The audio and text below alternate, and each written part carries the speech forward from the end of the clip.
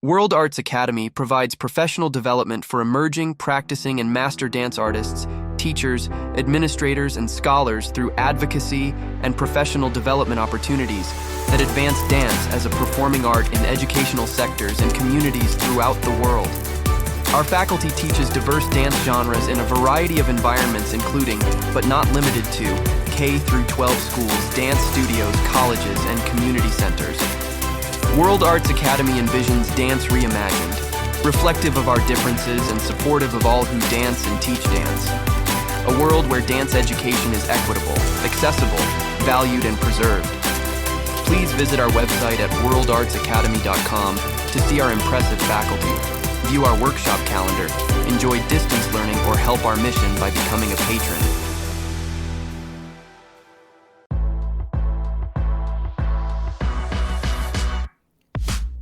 The Danceology Podcast interviews the great masters of dance, the working professionals starring in today's most exciting shows, and the rising stars ready to amp up the craft. I'm your host, Edyta Sliwinska from Dancing with the Stars. Join me as I dive into the world of dance, uncovering unique stories and the fascinating personalities of industry professionals on Danceology.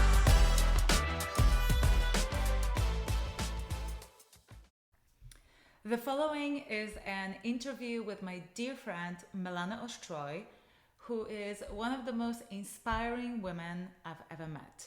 She's not a dancer, but a very successful real estate broker. She does have extensive dance background, and we talk about the role that dance played in her life and how it shaped, how it helped her become the person that she is today. So Milana shares her insight into the real estate market today, and she gives some very valuable advice to people who think they can't afford buying a home today. She also opens up about the challenges she overcome over the years, the near-death experience that she had earlier in her life, and the very difficult divorce she's going through right now that ended an abusive relationship.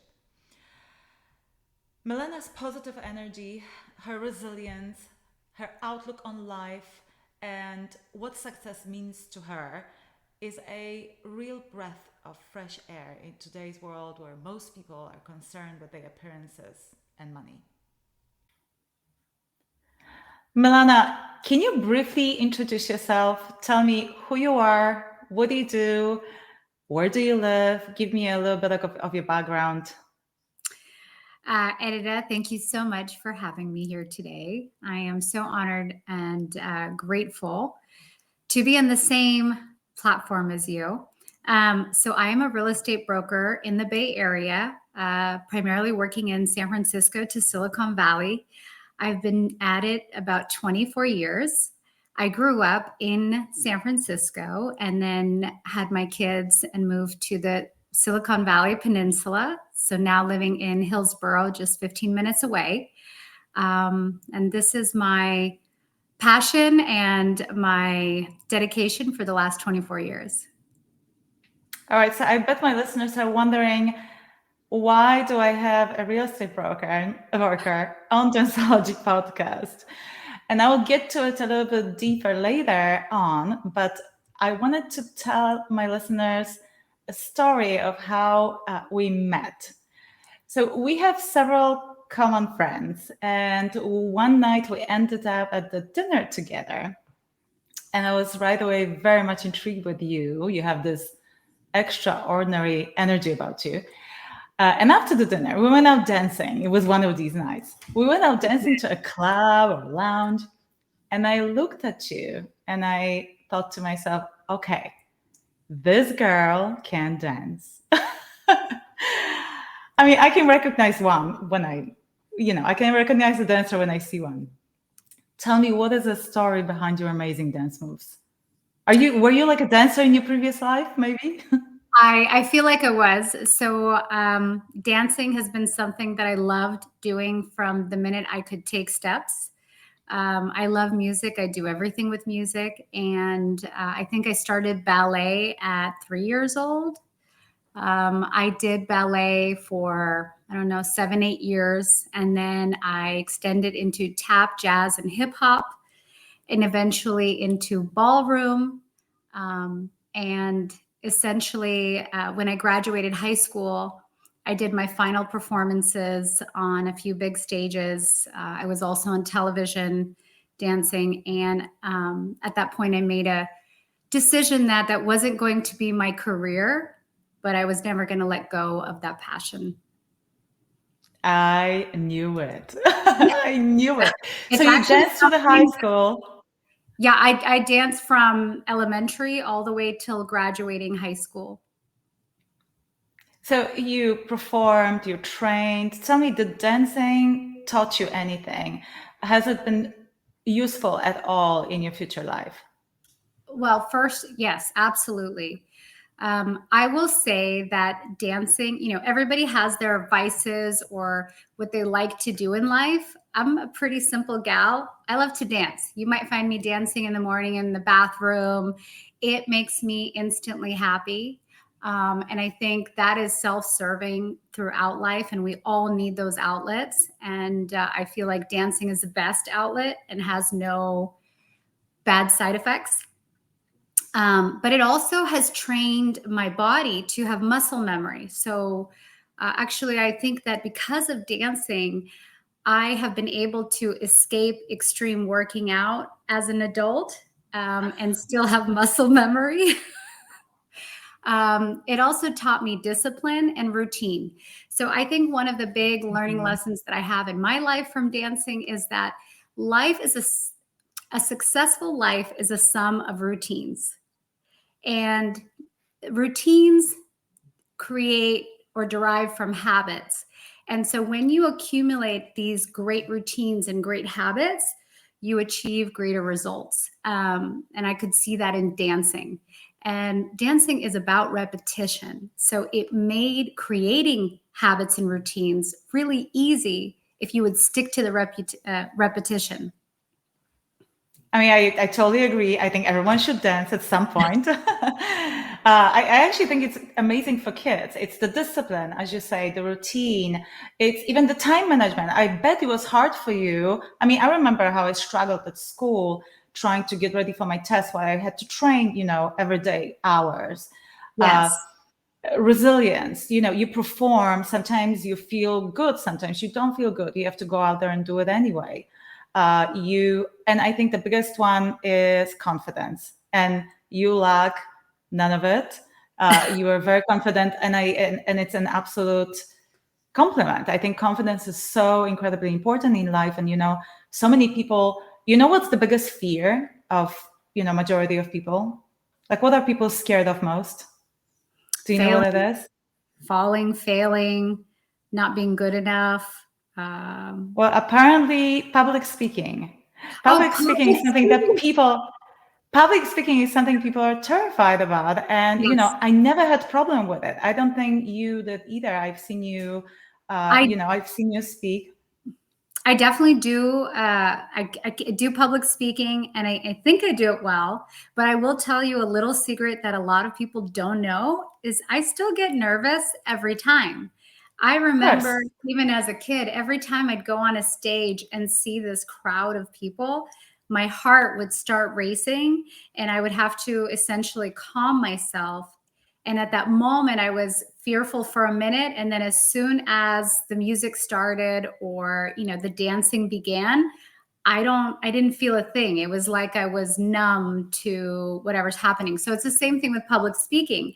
When you're getting up there to speak, all of a sudden, you're nervous. But then as soon as words start coming out, and especially if they're coming out for the heart, for me, when they're coming out from the heart, it's easy. It's, as soon as I start, it's great. But the minute right before, it's terrifying.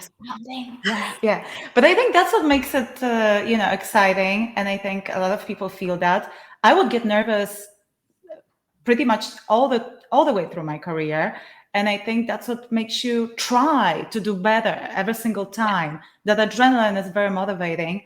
But I think probably what dancing did, it trained your mind to be comfortable with performing in front of other people. I always tell people, well, if you're comfortable shaking it, wearing pretty much no clothes, skimpy dress in front of like hundreds of people, standing behind the podium, fully dressed with your little notes and speaking is a piece of Yes. cake. That is a great perspective. And I think a lot of people can take that perspective and give light to their situation. So that will probably help a lot of people, because I think life is really about perspective, how you look at things. So when you compare it like that, you make it seem so easy. Well, I think little I know about your dance experience, but I think it had a huge role in shaping who you are and in instilling that confidence in you, because you're like a pro. You get in front of camera and you know exactly what to do and how to present yourself. And the most important, you just emanate this confidence. And I love that. So listen, you are very charismatic, full of energy, very intelligent. You could have done anything with your life. Why pursue real estate? I ended up here by accident, actually, initially. And then I just fell in love. And what I fell in love with most is working with people and making a difference in their lives. The thing about real estate is most people think about it as buying and selling houses, and for me, don't look at it like that at all. I look at it as the all-encompassing, this is a house that's going to be somebody's home. And this is also an investment. So you're contributing to where all their future memories will be made. You're contributing to their wealth building in their lives. And so you're essentially shifting their life. And, I work with homeowners and investors, and it is a very rewarding experience to know that you're making a real difference. And it's also family oriented. And for anybody who meets me knows that family for me is number one. And I treat my clients like family. And for me, I get to know their whole family. That is the most bucket filling, rewarding part about it, is the people that I work with, the connections I make, the relationships I build over the time, and watching them flourish. When I work with, for example, first-time home buyers, and then they call me 6 years later to sell a home, and they're, getting a bigger home because now they got kids or they want to have kids. And then I see them, moving on to investments. Like, I'm part of their financial, but also their home journey on anything that's happening in their life. So for me, it's been where I've always wanted to be. I just didn't know it. And I ended up here accidentally. So I reckon you have a lot of repeat clients. Is that right? Yes. People come back to you. Is that Yes. basically, does it validate basically how good of a job you did the first time? Is that I hope so. I always tell people, like, I want to do such a good job. I want to exceed your expectations so much that you would never want to do real estate without me or make big financial decisions without me. So that's kind of my mindset. My approach to real estate is like full circle, everything that it's entailed in it, whether it's, strategizing on the loan and the leveraging strategy, whether it's strategizing on value add opportunity, but everything is a strategy where I empower them to know as much as me so that they can make the best decision for them. Because I find like that is the biggest disparity, is that there's so much information. When I started in the industry, there was a lack of information. But right now, there is floods of information, but no guidance as to what information is accurate. What does that information mean? And so that's where, I try to translate and empower them with all my knowledge and experience so that they can make the best decision for themselves, because what you decide, what I decide might be different. So this flood of information, I would assume, is because of all the technological changes. I'm sure it impacts all of us, all the areas of our life. Now we are dealing with AI. Can it ever replace, real estate brokers, agents? We talk about that a lot right now. And I don't think so, because AI can only give you the information that it's given. But here's the thing. When you watch the news, you're not getting an interpretation of the information. You're just getting the news. So when you go to my Instagram channel, for example, I will often, every week or other week, I'll take a news article and I will interpret that. That is something that AI, at this moment anyways, can't do. The other thing is that AI doesn't understand the things outside of the facts, bedroom, bathroom, square footage. But there are use cases of the house. How do they use the house? So many nuances. Mm-hmm. Yeah, all those nuances. AI is not empowered right now at that level. Who knows what the future brings, but I just don't think that AI can do it. And, everyone says, well, we have the internet, so we can find the information. And actually, I am finding that I work with really, really intelligent, successful people who know and understand real estate at a much primitive level than what I would expect of those people. And that's generally because there's so much misinformation and flood of information that now they can't decipher what's what. So your job is pretty secure. It's not going away. AI is not. I'll be here. I've been here for 23 years. I'll be here probably for at least another 20, 30 more years. God willing. All right. How would you describe the current real estate market in San Francisco and in the country, and what are the trends that you are seeing? So right now in real estate, people have acclimated to the fact that the interest rates are not going to skydive down. I think for a long time there was that concept like, oh, the rates will go back down, but I don't think that they're ever going to get back down to that 2.5-3%. We had a little bit of a short-term freeze in the Bay Area, but I think it was really nationwide too, which was right before the elections. There was a lot of anxiety around elections, and that's normal. That generally happens every year of elections, is that the few months right before there's kind of a stagnation. And now that the elections have happened, I'm starting to see more movement. In the beginning of this year, we were very, on the slower side, but things have really picked up. There's still a huge lack of inventory. Even though inventory is up in the Bay Area over 25%, it is still over 40% less than pre-COVID times. Well, that's why everything is so expensive here. Yes, because even though there's more inventory, it's just not enough. And we don't have the wave of defaults. Our default rate in the Bay Area and in the country is extremely low. It's at 0.5% on average, and that is historically low. Primarily because over 40% of the country over 40% of the country own their homes outright, and of the remaining, over 98% of that is under 3% interest rate for those who bought during that beautiful period, time. right? Mm-hmm. So they're able to afford to carry their homes in difficult times because the interest rate is so low. Yeah. So you have that is also one of the reasons why we have sellers now who would normally want to sell and release that inventory, but hesitate because they're hanging on to that low interest rate. So I call them mortgage prisoners. And then there's, the buyers that have been hanging out in the sidelines. They're finally starting to come off the gate and realize that, they just got to get in the market. And when rates go down, they can lower the interest rate. Because, that's why they say you marry the house, not the rate. Right. Well, listen, what advice would you give to someone who's trying to buy a house in the current market, whether it's a new buyer or someone who's looking for an upgrade? We have high interest rates. You think they're not going to go lower, have, low inventory or at least very high demand and not enough inventory. What advice would you give to people who are trying to I think buy right now?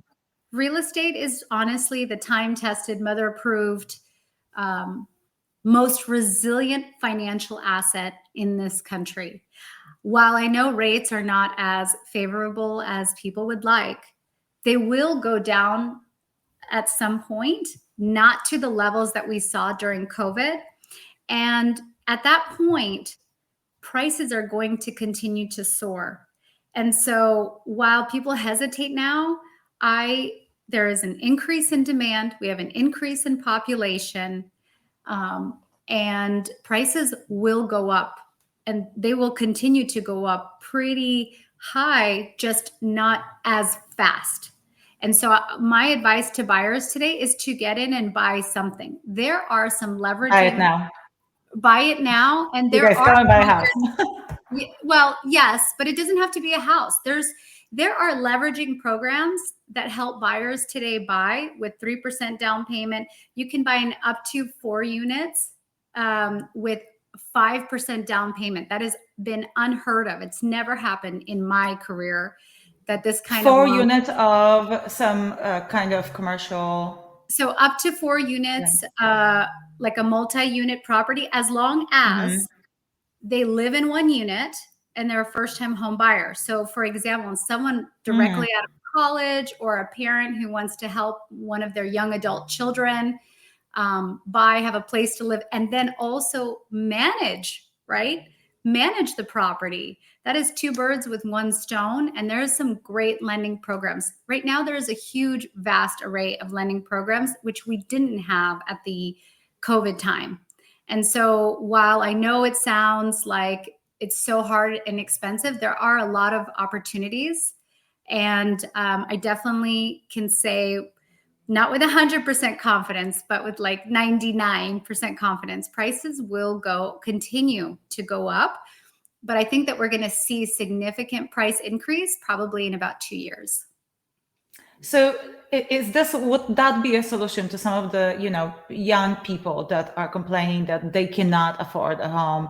There's this whole thing going on with people getting out of college and living with their parents. Yes. The interest rates are too high. People simply cannot. What do you do? Do you stay in, let's say, Bay Area, which is incredibly expensive, and look for those opportunities that you mentioned, those loan programs? Or do you simply move out to a different area of the country with more, favorable prices? Well, it's not just that and that. There's an in-between. Like, for example, one of the big trends is that the biggest set of buyers right now are millennials. One thing that millennials have showcased to us realtors is that they really don't love to do projects. So properties that are more done are moving faster. If you are in the Bay Area and you can take that patience and put in that work, there's a lot of value add opportunity, which used to be very trendy with the baby boomers. But the millennials, they like convenience and they like things to be done. So there is a huge opportunity. A little lazy. For I don't know if they'd call it lazy. I think they would call it that their time is convenient, better spent elsewhere. But so there's that opportunity that is also out there. There's another opportunity that is very specific to the Bay Area that's not really applicable to other places. The Bay Area, specifically San Jose and San Francisco, have the highest number of registered electric vehicles. So the opportunity that I'm seeing that a lot of people are not seeing is that properties without garages are going for great deals. And the reason they're going for great deals is because people want to plug in their cars every night, just like they want to plug in their phones. And that has become a priority. So when there's no garage, it's not about the parking or the storage. It's actually about the plugging in. Charging. Mm-hmm. Yes. And so if somebody can live without an electric vehicle or go to an electric vehicle charger, they can save tens of thousands and hundreds of thousands on properties today, specifically in the Bay Area. Without the garage. Yeah. All right. Well, I'm going to switch gears a little bit because, again, we're on the Danceology Podcast. You're not quite a dancer, but I thought it would be very inspiring for my listeners to hear your perspective, not only on real estate, but also on life. I see you as a very successful woman, and the trick with you is that you also seem to be genuinely happy. And you came from you were born in this country, but you're a daughter of immigrants. I bet it Yes. wasn't easy for you. I bet you have to overcome certain challenges. What are some of the main challenges that you had to deal with in your career, in your life, in your personal life? How did you overcome them? How did they impact your life? So I've had my share of challenges. I was born to two immigrant parents who loved me very much. And we were, very, very poor. And I think when I was very little, my mom worked in McDonald's to learn the language. But nevertheless, watching my parents and understanding that we were not, as well off as others, I watched them with their hard work and determination and their relentless pursuit of a better life. And that really motivated me. And it really did make me appreciate things like when I was little, I wanted a little doll on roller skates. I remember it like yesterday, but it was so expensive at the time. And so when I got something so simple, I was just exuberantly happy and appreciative. When I would spend time with my father eating ice cream, that was appreciative. So I think that environment gives me what I need to be self-motivated. I think that's where my ignite comes from. But there were things that occurred in my life that were very challenging. Not to go through all of them, I'll just pick like the top, big ones. I was in a pretty devastating car accident. And at that moment in my life, I had lost the love of my life at that time. And I had just switched into real estate. So I was not, I think I was in it only a year or something before that. And watching that and almost losing my own life in that accident made me realize something that put everything into perspective, which is why I love that you gave perspective. Because perspective will control how you look at everything. We're all going to look at the same thing and see different things. So if we can control our perspective, we can truly control our happiness. And the perspective that I got at that time in my life is that I am above ground and able to continue to breathe and create memories and be with the people I love, and others were not so fortunate. So every day I wake up above ground, I am so grateful that I get another day to breathe air, to spend time with my family and friends, and to make a difference in this world. And no matter what bad things happen to me or, how I get hurt, I remind myself I'm still here. I'm still alive. And so no matter what it is, I'm always happy because there's nothing that can take me down unless you put me underground. You know what? We talked about it the other day, and you told me that story a while ago, and I only understood it after I had a similar experience, the near death, or I was not in an accident, but as you know, I was diagnosed with cancer. And it's so unfortunate that we need such tragic events, traumatic events that remind us about what's really important. And it's so unfortunate that in a sense, that accident, as incredibly tragic that was, it shaped you who you are, and it made you this incredibly resilient and positive person. I've never heard, I never hear you complain. I never heard you being down.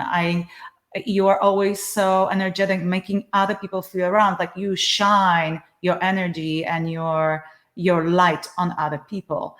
And I think that's, unfortunately, that has to be attributed a little bit to that terrible event that you experienced. Big time, because it puts everything into perspective. And, even when I tell people the story, if they say, Milana, identify yourself in one word, I would say resilient AF, right? That's what I would say. But when I tell people the story, because they say, why are you always so happy? Or, how are you always so resilient? They get it, but they don't get it, until you got to have an amazing imagination to actually put yourself in that situation. Yes. And there was a side step here. There's a famous rapper who had a line that really stuck with me, is that you have to make it through hell just to get to heaven. The problem is that our human nature, if we don't know worse, we believe this is baseline.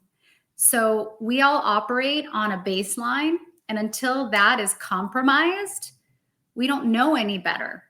And so, that's why I share my story, as hard as it is, with anyone that I can inspire to put into perspective that life, while things seem like the world is crashing and, there's mean people and bad things happen, but you're still alive. You still can breathe. You still can talk to people you love. You still can do things. And when you look out on a field of cemetery, all you have to realize is those people don't have that opportunity. That's it. Their time's up. That's absolutely right. And this is the reason why I decided to share my story with the world, because I waited until I was cleared medically. I wanted to know where I stand, and I'm in a very good place. Thank God. Thank God. Because I can't imagine my life without you now. I can. It's something that no one can imagine until it happens to you, and that is what's so maddening. And that's what I want to advocate for people to realize, that before it's too late, before they have to experience what I have experienced or you have experienced. Yes. So I talk about it, and I will be reminding people to really appreciate every day and appreciate all the little things, and stop worrying about the stupid little things and about what other person said, or they are just so insignificant in a big scope of our life. Yeah. Yes, it's so true. So listen, you are a mom of 3, which is absolutely, and you just had a baby. Your little daughter Alaya is only, remind me, a year and a half. Almost a year and a half. Yeah. Year and a half. She's an absolute sweetheart. Tell me, how do you do it? How do you do it all? Because there are a lot of women out there that think they cannot have it all, that they have to choose between career or raising their children, that in order to really have a full-fledged career, they have to give something up. Tell me, how do you deal with these issues? Well, I definitely don't give anything up. I probably take on too much, but I can't live any other way. And part of that is because of what I went through. I want to make every moment count and squeeze every single moment out of life. But going back to, dancing, like you said, when you're a committed dancer, you spend a lot of time practicing. You spend a lot of time with people. You are required then to have extremely sharpened time management skills. I think in that regard, having more on my plate creates an environment where I thrive, because I do better and I manage my time better when I have more. When I have less, I'm like, oh my God, I have too much time. So for me, it's been that. I think for, going back to being a working mom, it's very important to me for my kids to see me working, to see me succeed, to see me fail. They need to see real life, real world experience, so that they understand what is coming up in life, and they're not, laying on the clouds and rainbows and unicorns. Because, when I was little, I really did think that, I grew up in a fairy tale family. My mom and dad fell in love when they were young, got married, and they've been together 50 years until my dad passed away. And they had so much love. They didn't really show me the bad things in the world or the bad people in the world. So on one hand, that's great. They protected me. On the other hand, they didn't prepare me because I cannot recognize those people or those things that could happen. And so I had a steep learning curve as an adult to take that on. And so, I want my kids to be inspired, motivated, to be independent, to not depend on somebody, and to see my failures and my successes in all aspects of my life, whether it be business, personal, so that they understand that, life's got these roller coasters. But the cool thing about it is that every morning when you wake up, you have a chance again.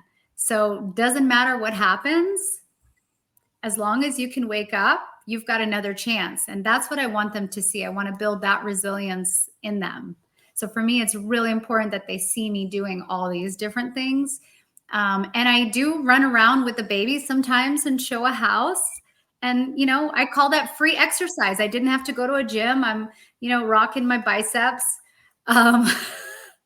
Oh my goodness. And I'll tell you this, I see Alaya, I'm buying that house. That baby is such a charm. If I don't have time, my teens will go with me to showings. They'll put out signs with me. They need to see hard work and grit so that they understand that is part of being successful. I completely agree with you. I think a bit of a previous generation, we grew up differently. Our parents let us explore and let us gain our independence. And lately, the kids have been so protected, as you were saying. And I don't know if your story is more of an individual, not a generational thing, but I feel like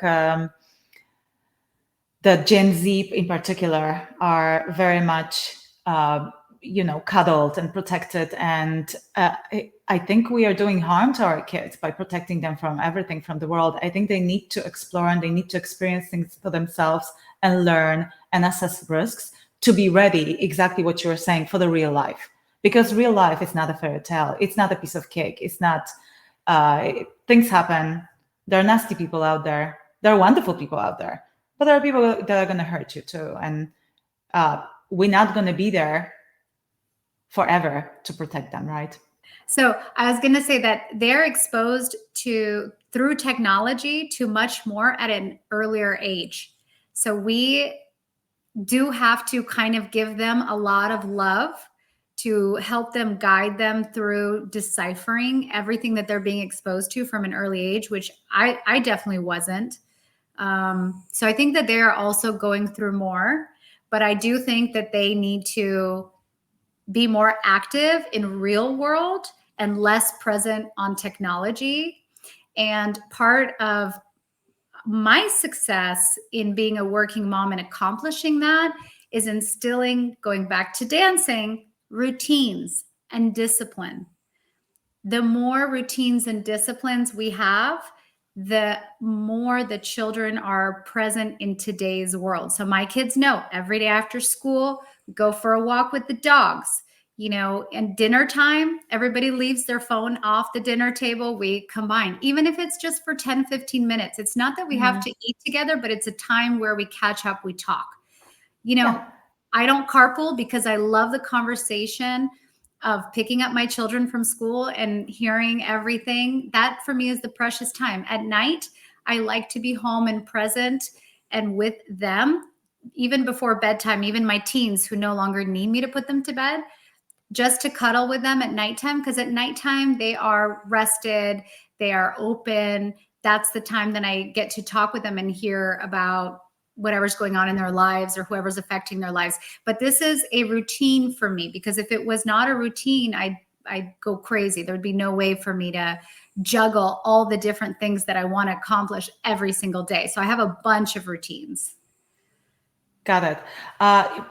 Listen, to an observer, your life looks like a success story. You have this amazing career and you have these 3 beautiful children. You live in a beautiful house. Your house is a masterpiece, I must say. I know you decorated it yourself. It's in this most affluent area, probably not only in this part of the state, but also in the country. But so this is what success might look from the outside. But what does success really means to you? Success is peace, happiness, and a lifestyle where I get to spend more time with the people that I want to. Success comes with a lot of hardship, a lot of tears, a lot of unpleasant moments. I always laugh because on social media, everyone's like, oh, you look so great and your sound so perfect, but they didn't hear the 10 takes that I, hated, or they didn't see my phone where I had thousands of tries and I didn't do it, or I didn't like it. Working till 3 a.m. Those are regular for me. But I think true success is when someone has peace in their life. And as I am growing older and, feeling younger, peace is probably one of the things I value most right now.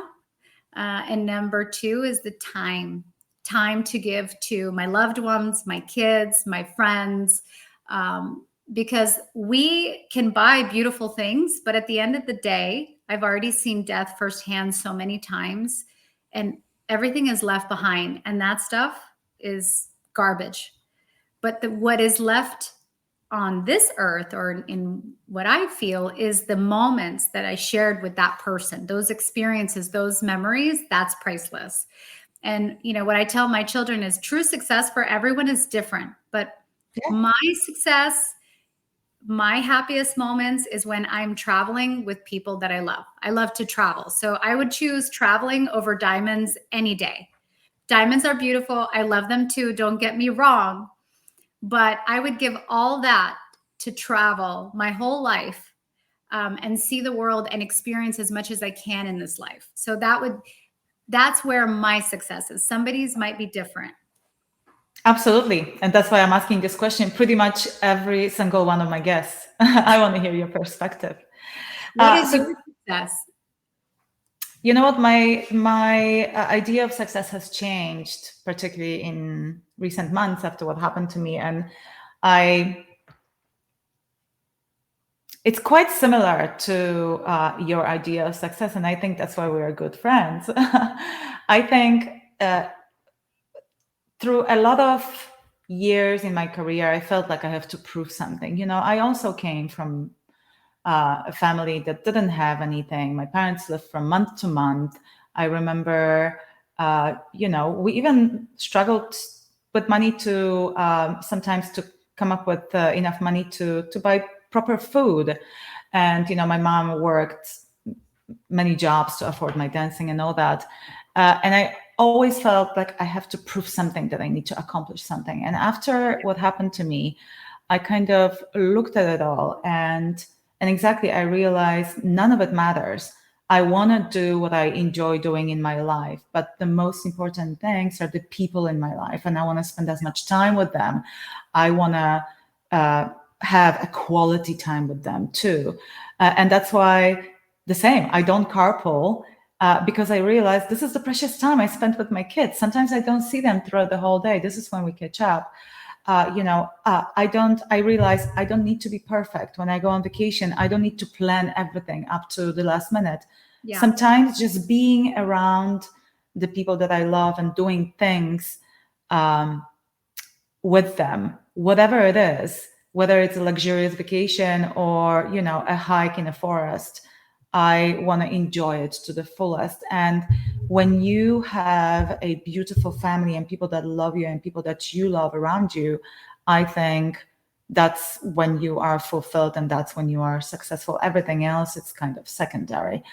And again, of course, I like certain things. And of course, we want to have things and we want to be comfortable. And, and I'm not lying. Money is important to have certain freedom and security in your life. That's why I'm very grateful for it, because my parents did not have that security when I was growing up. I'm very grateful for it. But I also know that that's not the most important thing, because my parents... But it's not the most important thing. That's a really well put way. I agree with that totally. And that is, so the better version of me will achieve more success by working less. That is my future goal. Right. But you know what? And you see that, and you see something that you can improve and work towards, and that's amazing too. So listen, we all have our dark moments and our demons. And Yes. one of the phrases that stuck with me, uh, this phrase is very often attributed to Robin Williams, who, as everyone knows, committed suicide, is that show me a person and or every person you will meet fights a battle you know nothing about. That's true. And that really changed my perspective on people. Sometimes you look at someone and you don't really know what's going on inside them. Yeah. When I moved back to Bay Area from Los Angeles, it was a huge change for me because suddenly, I had this lavish life of travel, performances, competitions. I worked in show business. I was on Dancing with the Stars for many years. And here I was, pretty much a stay-at-home mom living in the suburbs. And I felt very lost. My self-confidence pretty much plummeted. And, no one knew what's going on inside me, maybe except my husband. And I don't even think he knew to what degree, because I had to put that smile on. I had two kids to raise. So I put that smile on and I plowed on until I realized I don't have to prove anything. I just have to find something that I really want to do, that really makes my heart thick, like talking to people like you. And whatever comes out of it will come out of it. I don't need to worry about it as long as I'm putting maximum amount of effort into it and I enjoy it. And I feel that I'm learning something from it. I'm becoming a better person for it. So Milana, I don't want to get super personal, but what is the battle that Milana is fighting right now, or in the past, that you want to share with us? Most people don't know that I am in a long, protracted 6-year divorce battle. And it stemmed from many years of domestic abuse. And I would never talk about it.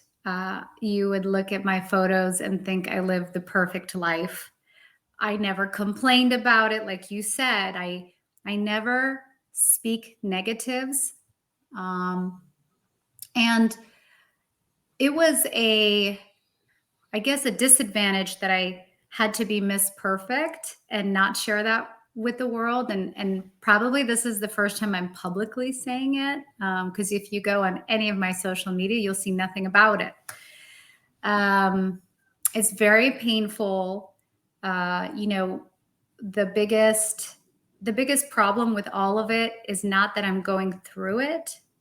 It's that I essentially lived with it and allowed it and didn't believe I deserved better.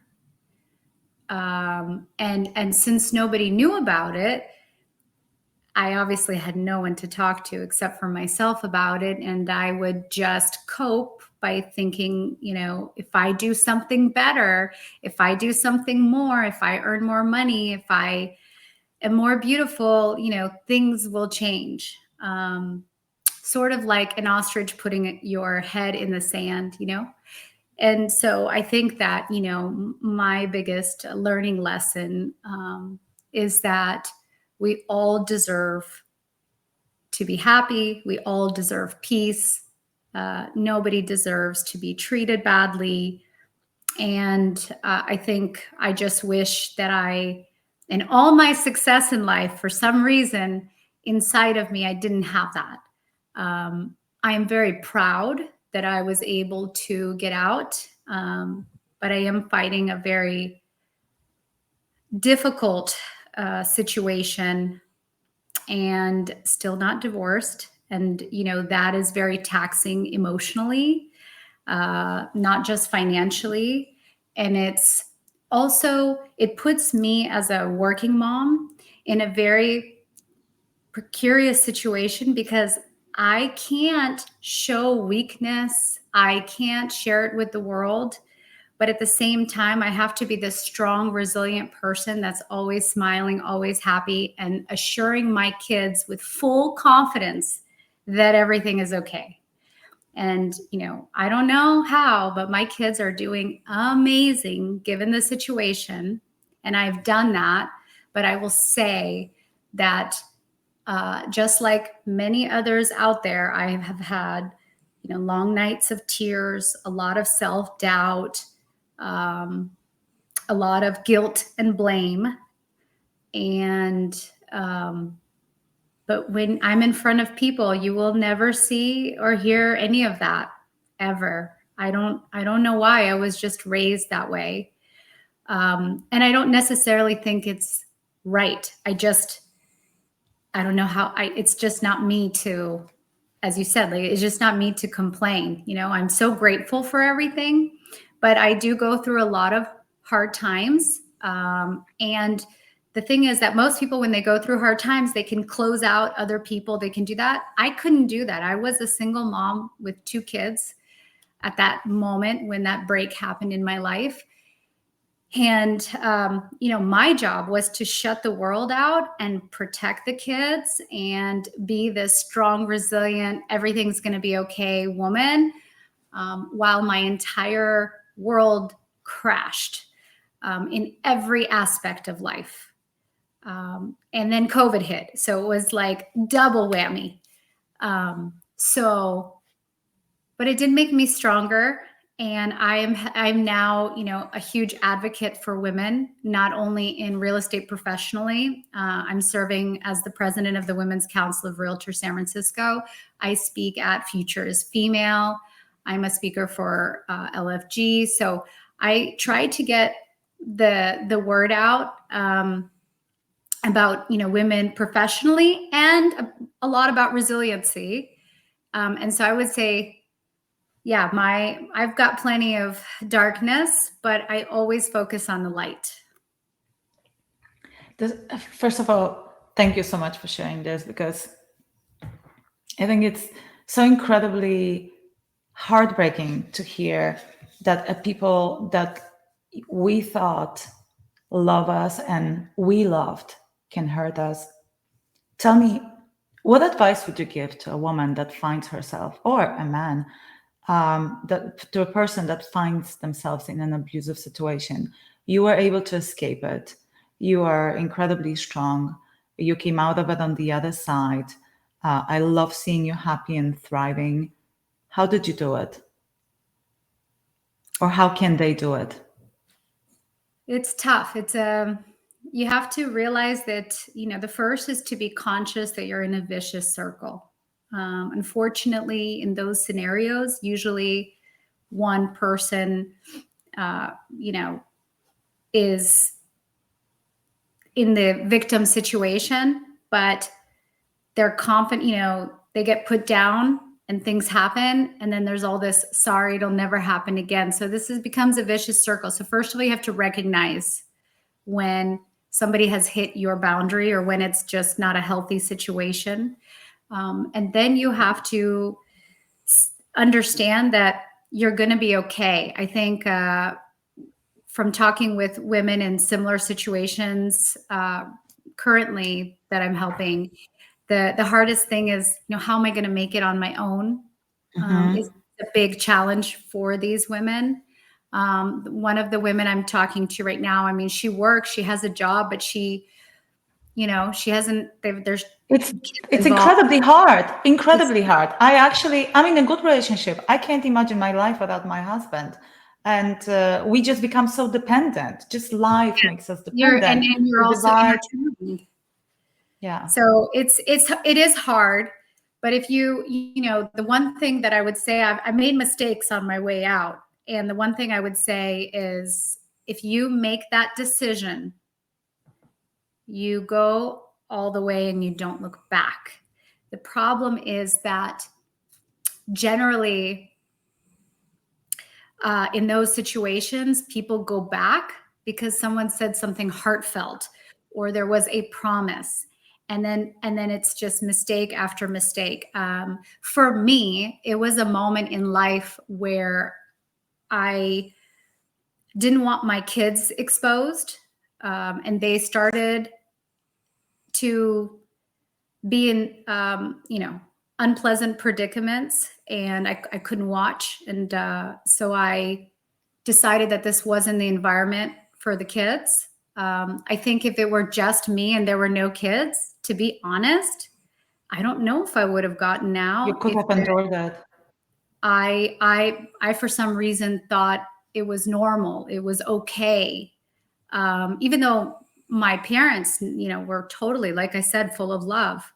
But because I hid it from the world and it became my normal everyday life, everything was normal. But when I watched things transpire to my son at that time, that was it for me. That was the key moment. However, I made mistakes, like I said, on my way out, because, people were like, how are you going to do it on your own? People gave me a lot of doubt. And I was like, oh, maybe I need to go back. So I think if you've got to protect your peace, your brain, your head. And so my advice to people is, if they need to evaluate the situation, if there's a way to fix it and get therapy, and, they believe that's a way, then definitely try, but with, benchmark points. And, but if they believe that it's not something that they can live with and they must go, then you go, you don't look back, you don't listen to people, you cut out the noise. Bad things are going to happen. People are going to say things. You have to cut it out, and you have to focus only on you. And if you have kids, of course, then, it's you and the kids. Every situation is a little bit different. There are times, like I've seen a couple who stayed together and they were able to work it out. And, then there's my situation where it was not an option. So I definitely don't judge, but I think that you said something very significant, is that every person is going through something, whether on our scale it's small or big. The thing is that you just don't know, and you don't know how it's affecting them. And you should never, ever, ever judge based on their social media, their smile to your face.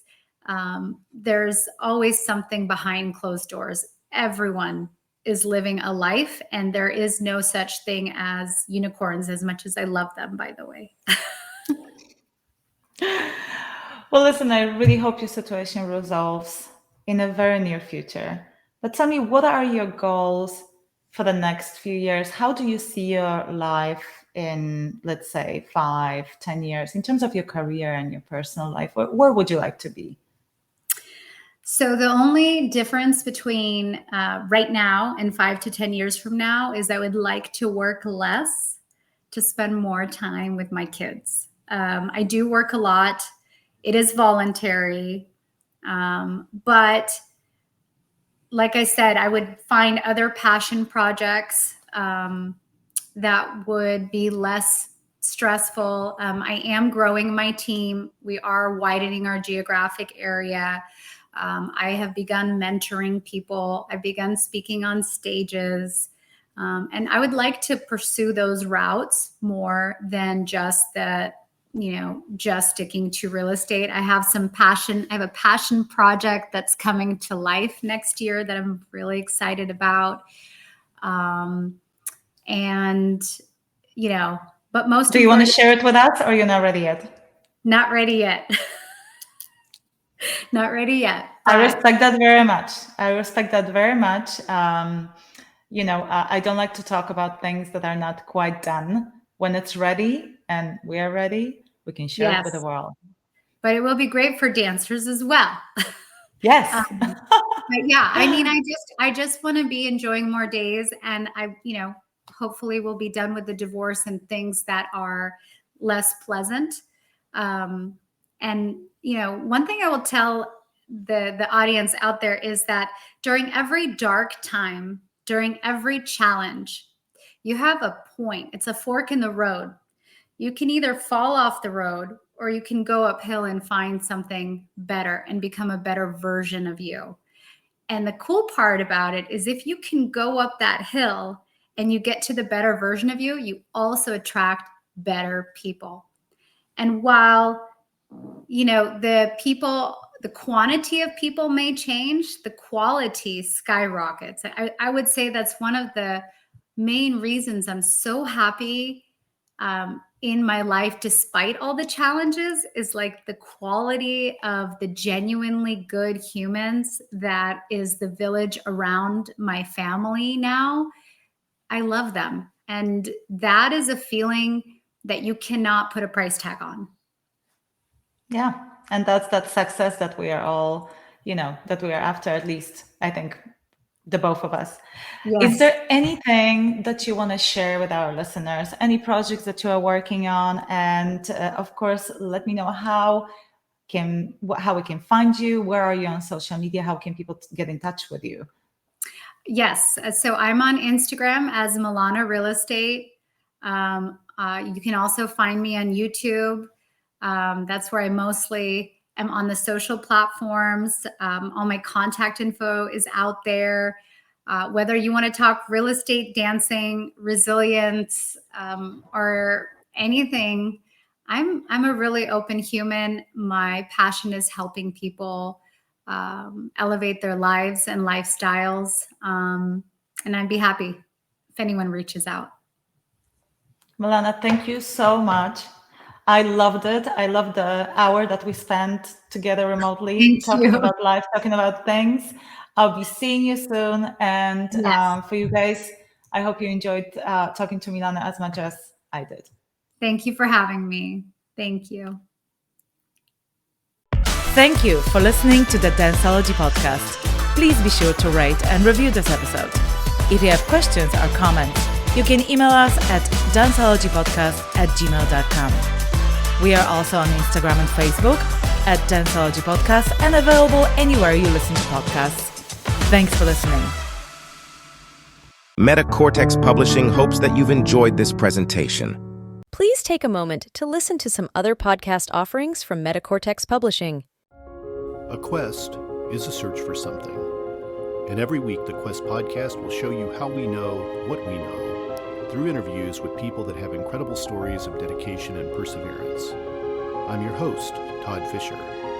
Join me in this thought-provoking and inspiring podcast of discovery. Find us anywhere you listen to podcasts.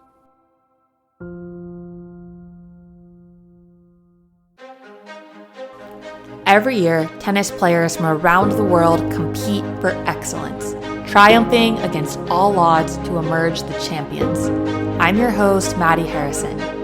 Join me as I get up close and personal with these dynamic individuals and find out what it takes to go for greatness. Let's go beyond the match.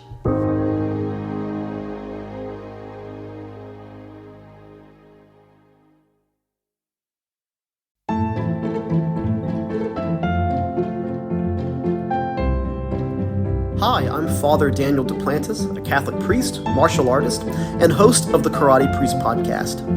Have you ever wondered what the church teaches about different topics? Are you a martial arts enthusiast or just someone who wants to learn more about martial arts? I'd like to invite you to join me and many guests on my podcast as we cover topics of faith, everyday living, and martial arts on the Karate Priest Podcast. The No Earthly Explanation podcast investigates the things that are unexplainable, hosted by world-renowned investigative researcher Donald R. Schmidt and scientist Ellie Ringo. Follow them as they look for evidence for things that have no earthly explanation. Available anywhere you listen to podcasts.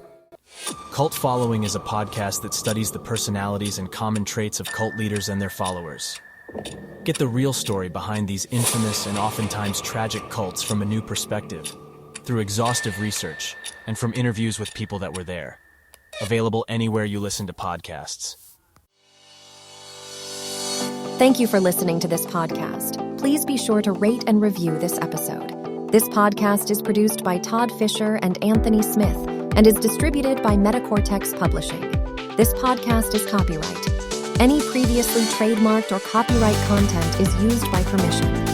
Information and opinions stated in this podcast should not be construed as medical advice.